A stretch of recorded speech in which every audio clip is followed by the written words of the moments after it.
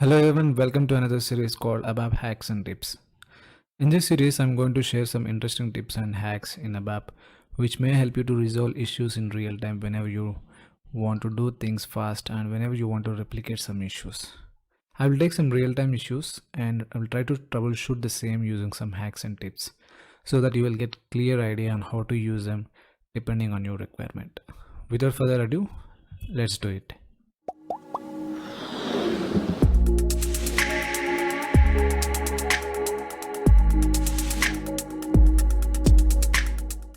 Okay, the first hack that I'm going to share is about SE16N. We all know that SE16N can be useful to browse the data for a specific table. You just go to SE16N, specify the table name. When you execute it, you'll get the records. So if there is a situation that you want to insert some data into that specific table, whether it is a standard table or custom table, you can make use of SE16 as well. The first thing we can do is edit database table in debug mode. That is one way, and there is another way we can use an FM called SE16N interface.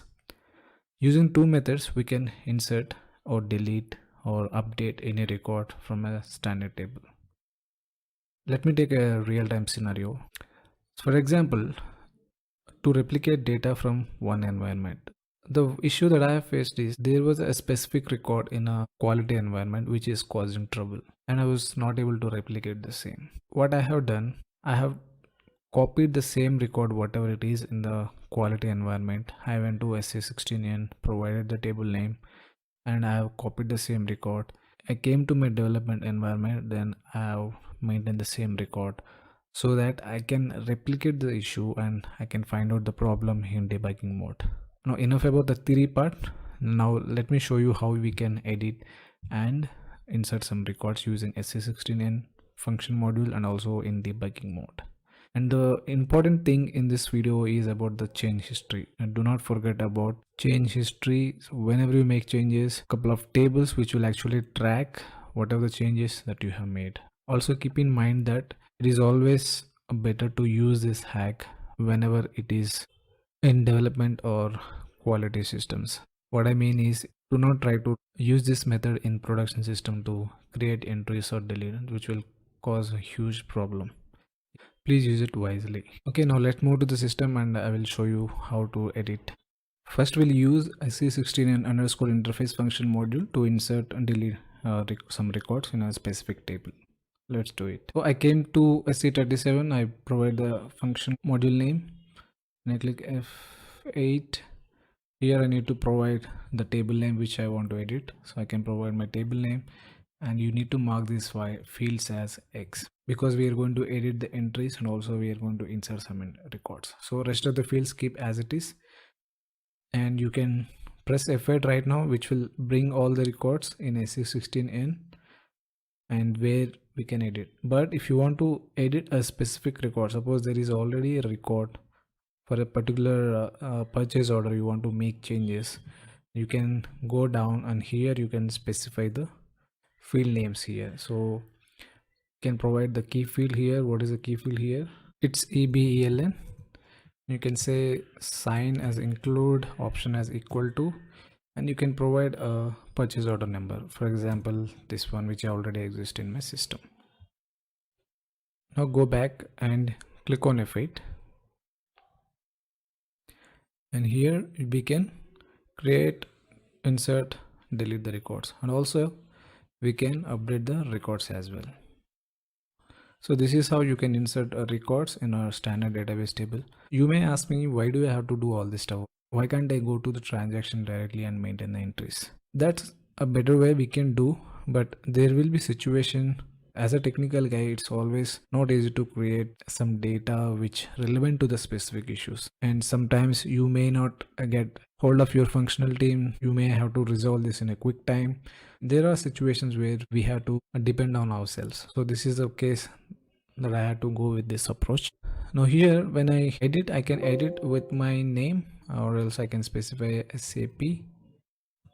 When I click on enter and I can save, the records will be saved in EKKO. So I can navigate to this particular purchase order, give that order number here and I can see the latest updated value. So this is how we can use SE16 interface function module. Now the second one is changing the values using debugging mode. Let me go back to this table. So right now I want to edit this specific record. You can specify the value here, and at the command input you can specify /h. Now click on F8. Here there are two variables which are called gdedit and gdsapedit. These are the two fields you need to mark as X. I marked both of the fields X. Now you just click F8. Directly the layout will come in a edit mode. Here you can add, delete the records, whatever you want, and you can update as well. So this is how you can insert or modify records in a standard tables or custom tables. So far everything is good.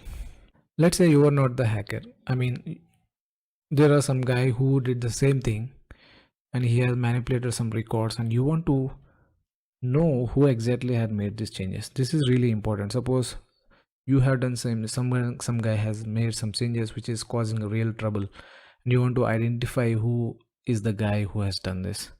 And there are two tables which will actually track what are the changes that we have made through SE16N or in debugging mode as well. Those tables are SE16N CD key. Here you can specify the table name. Today we have made the changes to this specific table. I click on enter and I'll click F8.